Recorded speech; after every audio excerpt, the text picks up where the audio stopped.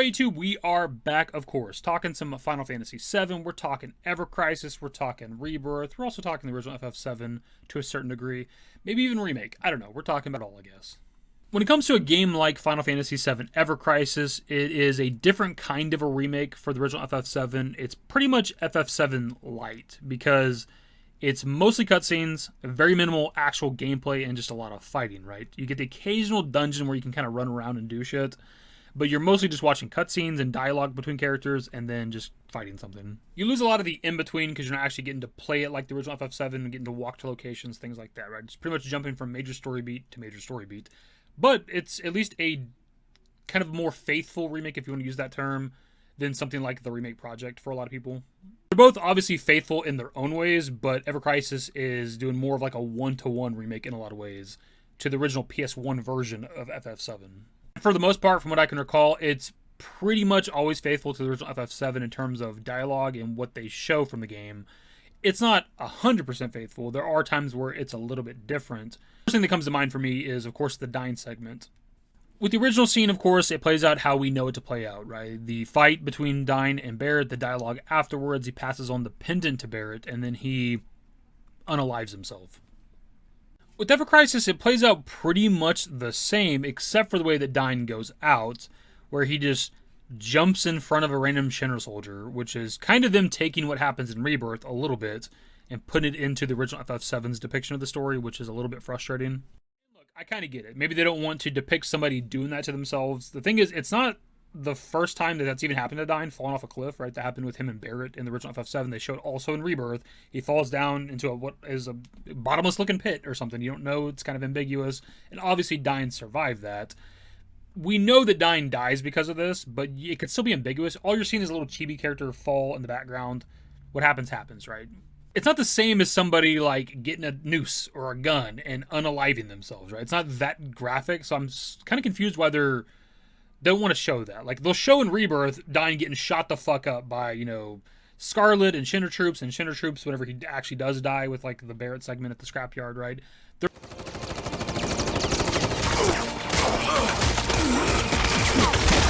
They're more than happy to show that stuff, but they can't just simply show a character just kind of falling off a cliff, which is strange to me.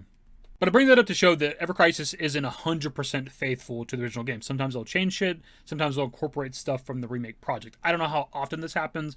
It's been a while since I've played through the FF7 original chapters in Ever Crisis. You don't really have a reason to ever go back and play them. And we have something kind of similar with the most recent chapter for Ever Crisis for the FF7 story, Chapter 9, where they go to the Temple of the Ancients and then eventually conclude at the Forgotten Capital, the end of Disc 1, also where Rebirth ended. So this, of course, deals with the fate of Aerith, and a lot like the marketing for Rebirth, the trailer we got for this particular chapter was also teasing her fate. The difference, however, with Ever Crisis versus Rebirth is they don't shy away from the fact that Aerith dies. They obviously tried to be ambiguous with Rebirth, even though this is clearly what happens. It's very, very obvious that Aerith dies, so people don't want to accept it. But here, they at least actually show it. Which isn't a surprise. This is what's supposed to happen. This is what happens with the original FF7. Again, it's what happens in Rebirth. They just try to do this ambiguity thing. Maybe things will be different. Keep talking about our game till we get to the third game. That whole dumb shit they do with Rebirth. That completely ruins this iconic character death. But what actually stands out to me from this chapter is that it takes a lot of inspiration from Rebirth visually, despite being very faithful to the original FF7. Starting with the beginning of the chapter outside of Temple of the Ancients, shout out to FazFaz for their uploads. Of course, there should be linked in the description below. But this obviously resembles the Temple of the Ancients in FF7 Rebirth, and looks pretty much nothing like the original game's Temple of the Ancients. Once we get inside the Temple in Ever Crisis, it does still resemble the original game's Temple of the Ancients. We even have the run-in with Song, which doesn't happen in Rebirth. Now, when it comes to Rebirth, we do have this admittedly effective interaction with Roche once we walk through the temple doors. But again, it looks nothing like the original game's Temple of the Ancients. So already from the beginning here, we're seeing a weird mishmash of like Rebirth stuff and original FF7 stuff, right? The entrance, the outside of Temple of the Ancients looks like Rebirth. But once you walk through the doors, we have that interaction with Song, where that room looks pretty close to the original FF7's room interaction with Song or whatever. But once we get even further into the temple, it just straight up looks like what the temple looks like in Rebirth, which is a little bit underwhelming because I would have liked to see them try to like give us a sort of, you know, chibi remake of FF7 of like the kind of MC Escher room or whatever. But also, despite it looking like Rebirth, it still does more or less play like the original FF7 Symbol of the Ancients. We even have the run-in with the little purple ghost thing. The little Cetra spirit body guys, or whatever they are from the original FF7, that was completely absent from Rebirth. We didn't get really anything like this in Rebirth. We did have like these visions of the Cetra and like some of their fights and things like that throughout the Temple of the Ancients, but nothing really like this. Also with Ever Crisis, we had this section where you're dodging the boulders. It's a little bit different than it was in the original FF7, but it is still reminiscent of that game, which something like this was completely absent from Rebirth as well. There's also this purple pool of like knowledge or consciousness of the Ancients that of course was in the original FF7, and we didn't really have anything like this specifically in Rebirth. There was like pools of water and stuff around the Temple of the Ancients, but we didn't have any sort of interactions like this where we get to see like Sephiroth and Song interacting and things. Our group acquiring the black materia after the Temple of the Ancients is destroyed is pretty much the same. I think the dialogue here is pretty accurate. The materia itself, though, does resemble what it looks like in Rebirth, where it kind of has the reddish accents to it, instead of being solid black or sometimes purple in the original FF7. They, of course, do not show Cloud physically abusing Aerith in this game, which isn't really a surprise. They do have him kind of knock her back a little bit, but it doesn't go as far as it does in the original FF7, which is to be expected, but stuff like this was completely absent in Rebirth too. The segment they do have in the game with Cloud kind of crazily walking towards Aerith with the Temple of the Ancients was still really cool and effective, but it's quite different, of course. So you kind of get the point, right? Like, visually, they're taking inspiration with this chapter from Rebirth, but still following what the OG FF7 does. And it's kind of strange because I don't know that they've ever done this before. Because just looking back to some previous chapters with like Cosmo Canyon in Ever Crisis, it looks exactly like Cosmo Canyon does in the original FF7. Even the Cave of the Gi looks like it does in the original FF7 and not like it is depicted in Rebirth. It's not just the Temple of the Ancient segment where they do this with the Forgotten Capital stuff too. They take heavy inspiration visually from Rebirth, even though we didn't get much of it in Rebirth at all, but what we did get to see they used for Ever Crisis, which is kind of weird. We see the Rebirth inspiration literally right when we get there with the kind of spiral shell house right in the middle of the screen that's not there with the original FF7. But also just like the general look of the Forgotten Capital from Rebirth is how they design it with Ever Crisis. Which again is kind of weird to me because you already have all the inspiration you need with the original FF7 where we got to actually go to the Forgotten Capital and explore it and look at everything or whatever. And with Rebirth, it's just relegated to a cutscene, right? We get to move forward a little bit after the cutscene and do a little bit of fighting, but we go through a portal and we end up at the water altar where Aerith is, right? But even beyond just the Forgotten Capital itself, the outside of it, once we get to the water altar segment in Ever Crisis, again, it looks exactly like it does in Rebirth, which is kind of strange. Which again is kind of underwhelming because there's aspects of this location that would have liked to have seen remade in the Ever Crisis style, like the kind of like light staircase that we go down to get underneath where the altar is, but also the like castle or whatever it is that's underneath the Forgotten Capital that I've always loved. But again, very similar to Rebirth, we just kind of auto warp over here to where Aerith is at, which was a very underwhelming aspect of Rebirth. I did a video kind of complaining about that some time ago. We didn't get to even explore Forgotten Capital, which was kind of frustrating. And it's kind of something here. Like, I wouldn't expect us to because we don't get to do a lot of actual gameplay stuff with Ever Crisis other than dungeon sections. Kind of confused what it is with Square Enix in the Forgotten Capital where they don't really want to give that to us either in Rebirth or in Ever Crisis. And when we get in Ever Crisis, it's just kind of like a rapid fire sort of thing. Not too dissimilar to Rebirth. Now, we know we're going to go back to the location with Remake Part 3, and maybe then we'll actually get to like look around and explore the location and see it fully realized or whatever. Hopefully. Who knows? It could just be a fucking cutscene thing like it was with Rebirth. Who knows? I don't know.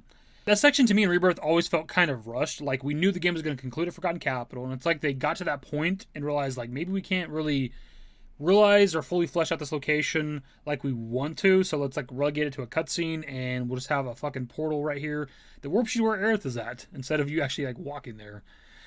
Which, again, sucks. Anyways, back to the Aerith death scene. It plays out like it does in the original FF7. I haven't, looked at them side by side to make sure the dialogue's exactly the same.